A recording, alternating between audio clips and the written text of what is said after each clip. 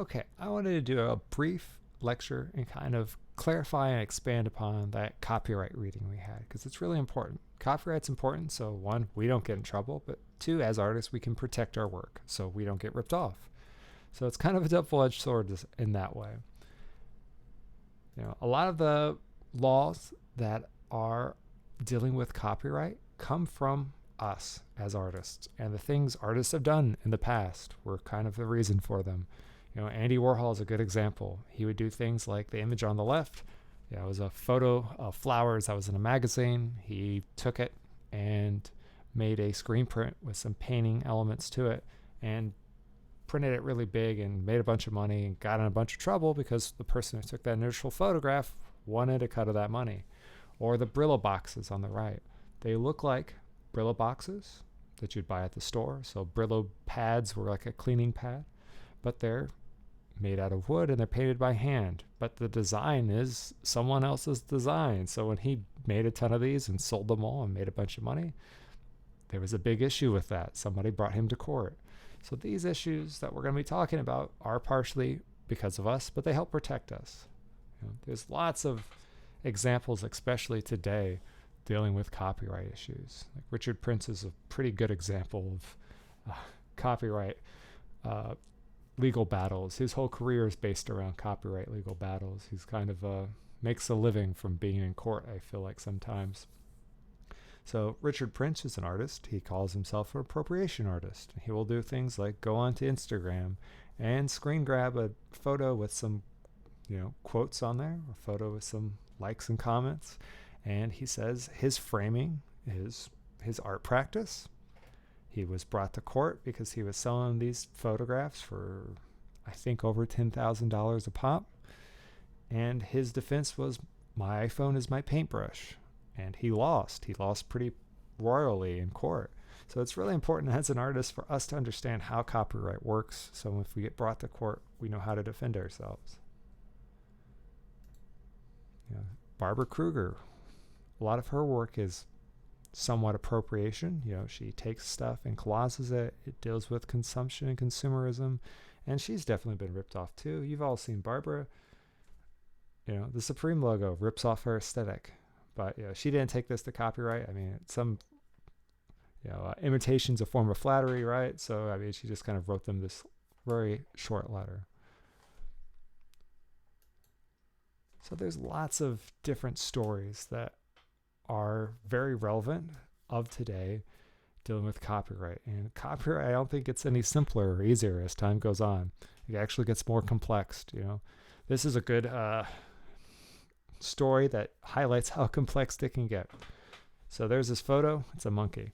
It made a lot of money, but it became this big copyright battle, this big legal battle, because the person that took this photo is the monkey. And the camera that was taken on was a rented camera. So a guy rented a camera. He went out to go take some photos. He put his camera down that he rented, that he didn't own, and the monkey picked it up and took a photo of it. So it was a big legal battle over who got all that cheddar, who got all that money. Was it the guy that rented the camera and went out into the woods and left it on the ground? Was it the person that actually owned the camera? Or was it the monkey? And sadly, the monkey did not get the money. There's very confusing court cases dealing with copyright, like this one, where there was a computer engineer. They made this code, and the code, what it would do, it would scan paintings, and it would make a digital painting that was kind of a composite of all these other paintings. And that computer engineer put it up online for free. You could play around with it. And somebody took that code, and they installed it on their computer. They pushed play, and it made this painting.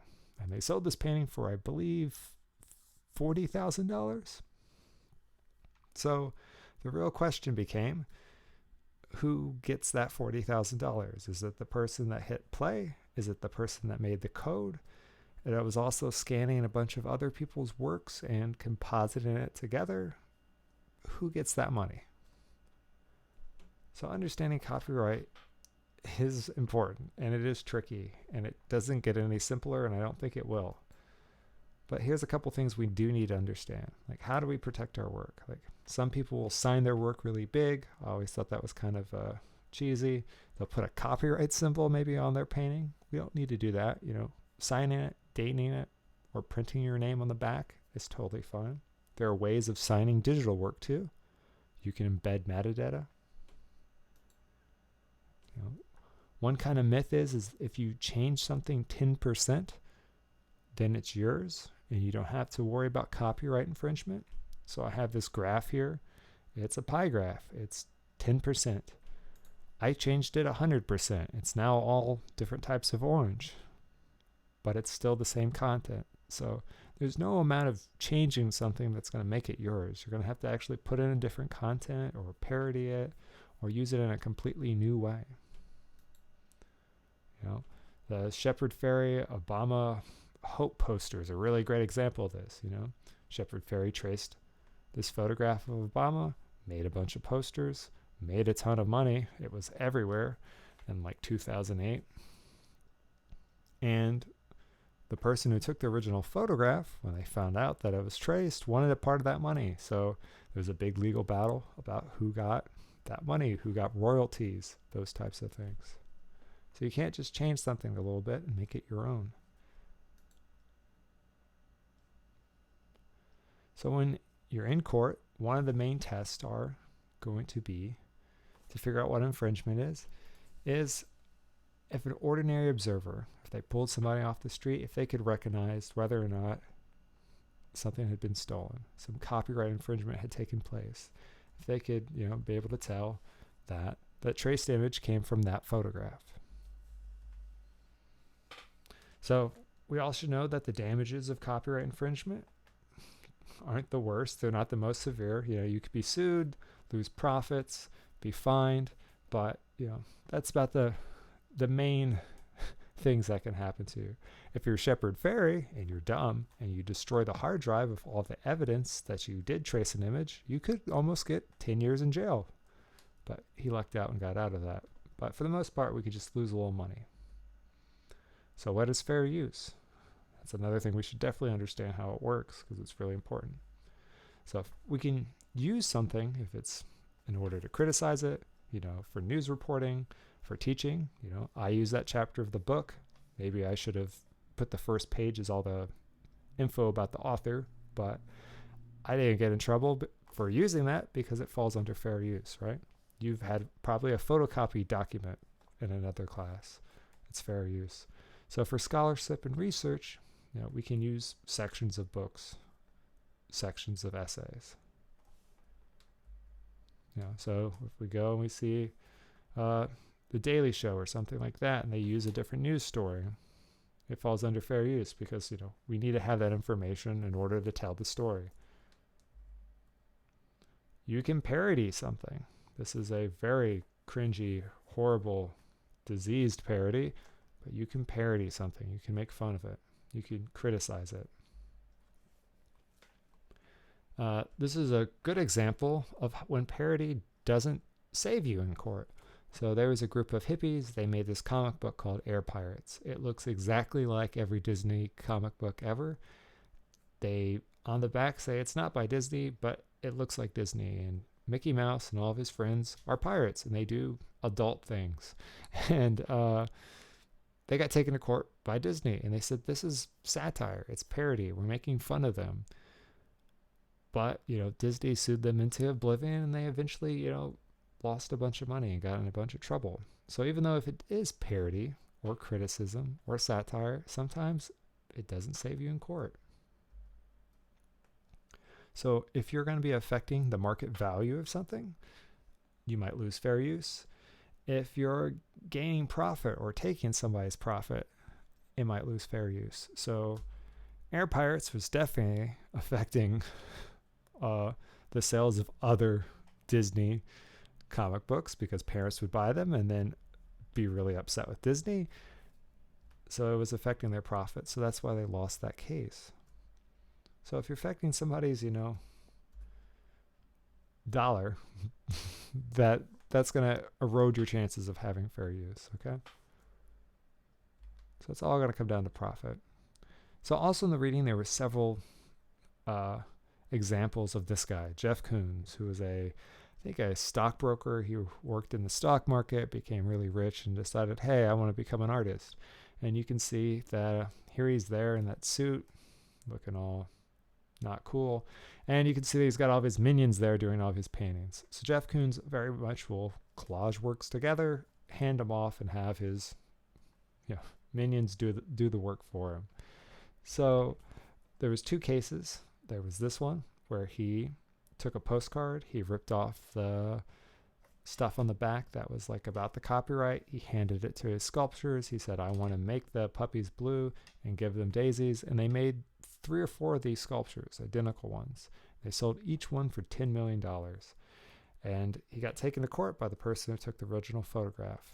And he said that it was parody. He said that it was an image that we all knew. It's part of our collective consciousness. We all share it. And he lost that case, right?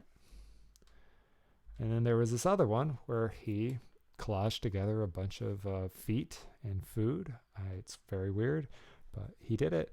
And this one was taken to court too by the person who took the photos from the magazines.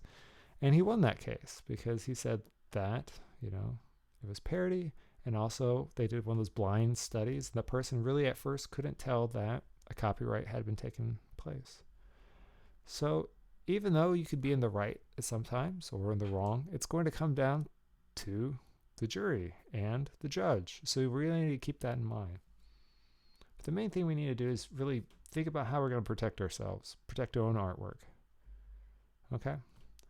So when we're online, our work could be appropriated and then circulate. That might be cool. That might get you more likes, more followers. That might be great. Sometimes it's happened to me. Your work goes into weird contexts and weird places.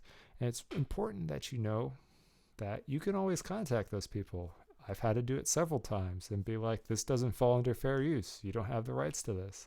And they'll usually take it down immediately.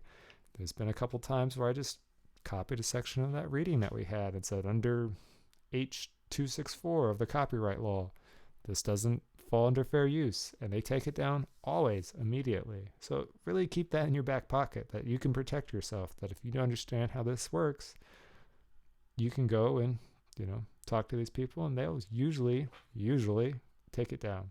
Now, if they're selling shirts of your work and other things like that, that might be more of a harder thing to do, but if they just have your artwork up on a website that you don't like, it's pretty easy to get rid of that. So there are many different ways of copyrighting your work. If it is digitally, there's metadata where you can have digital signatures and digital code that we know that if I opened up that file and looked at it, oh, that's made by you. But also another thing we need to be really conscious of when we're posting our work online is we're posting on the social media sites, and then they have rights to our work. If you go look in the bylaws of Facebook or Instagram or what have you, they actually own those rights. So I doubt Facebook's going to go start printing off posters of the stuff you make in this class, but just keep in mind that whenever you put stuff out into the world through the internet, you're giving up some of your copyright. Okay? So think about how you're going to approach that when, spreading your work online. Okay, so if we come out of this knowing what is fair use, how to actually have fair use, how it really works, that we can't just change something 10%, that we know how to copyright our work, that we don't need to put a big C with a circle or a trademark on our paintings, we should be fine. Okay, folks, hopefully that helped clarify some things and expand upon some things. Definitely go look at the study guide for the midterm. And if you got any questions about this or want me to show you how to manipulate metadata so you can copyright digital stuff, let me know. Okay. Talk to y'all soon. Bye.